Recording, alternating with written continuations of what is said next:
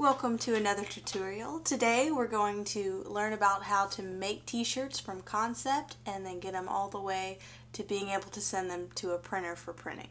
So what I like to do is I like to make all my t-shirt designs in vector format. So that usually means I design everything in Adobe Illustrator, but you can still do it in Photoshop. But I like to keep it in vector. So let's go ahead and open up Adobe Illustrator. You just go to File, New, doesn't matter the size, since it's vector it can be resized to anything, and then you would click on CMYK color. So I already have some concepts drawn out here.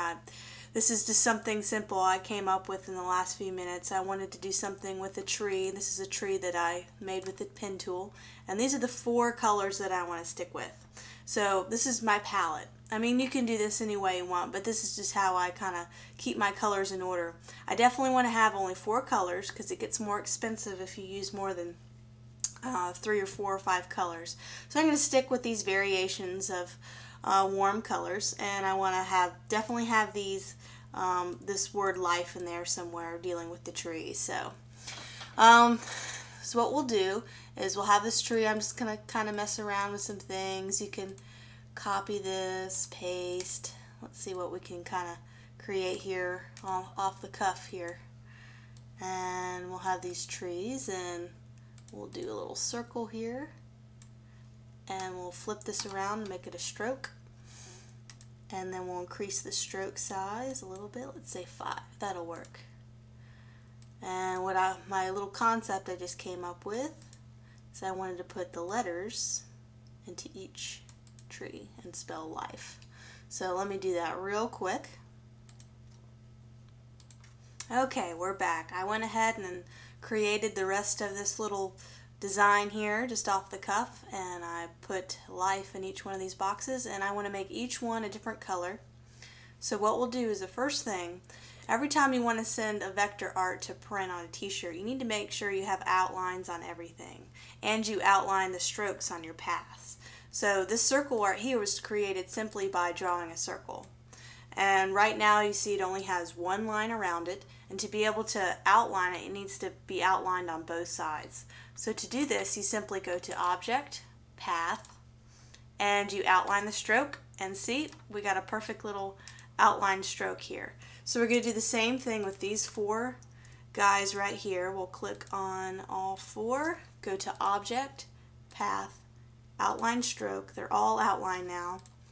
And this is a font, so what we'll do is we need to outline the font as well. So we'll select the font, and we'll go to Type, and then we'll do Create Outlines. So you have, if for paths, you want to go Object, Path, Create Outline Stroke, and then for font, you want to go to Type, Create Outline. So we'll create outlines, and it drew a line around all the little parts of the font. So now that everything is outlined, we can add color.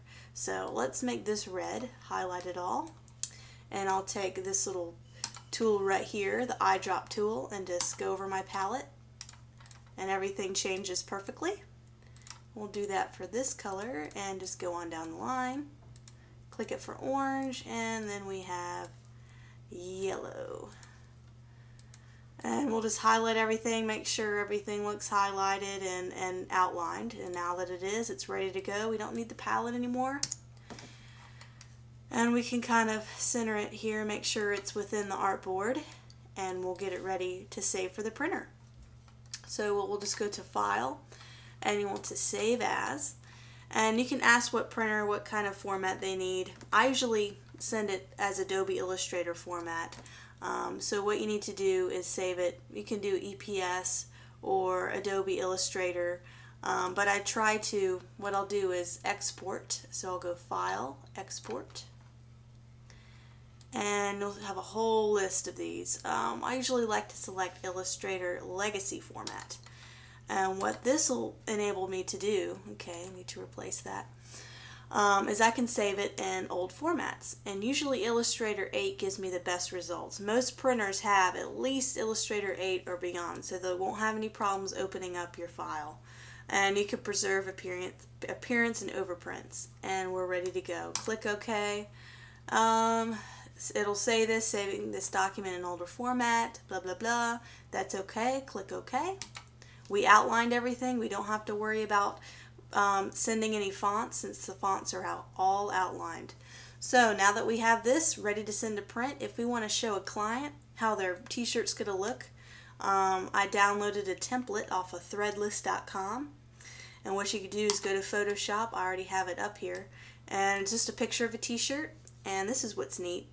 It says T-color templates, and I open this up and it gives me a whole list of colors. If I want to see what it looks like in blue jean color, I'll click on that. Light blue, red, and this is neat. You can kind of see what your design looks on a huge array of different colors.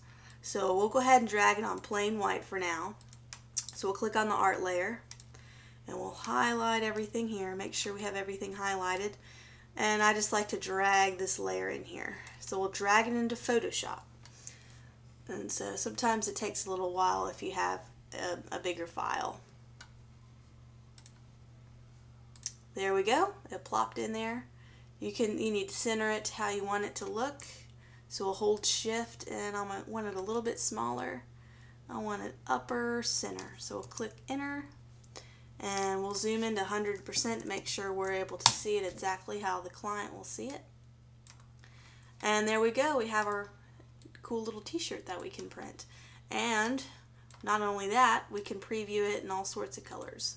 So even though it looks ugly in some of those blues, it might look better in maybe a light pink, or some of these other colors, like darker colors. Looks kind of cool. So save this as a JPEG or whatever and send it on to your client, and you can kind of preview what your shirt's going to look like. So that's kind of a simple way to do t-shirts, and kind of quick and easy. And if you have any questions, just feel free to email me and I'll be glad to answer those, and stay tuned for the next tutorial. Toodles for now.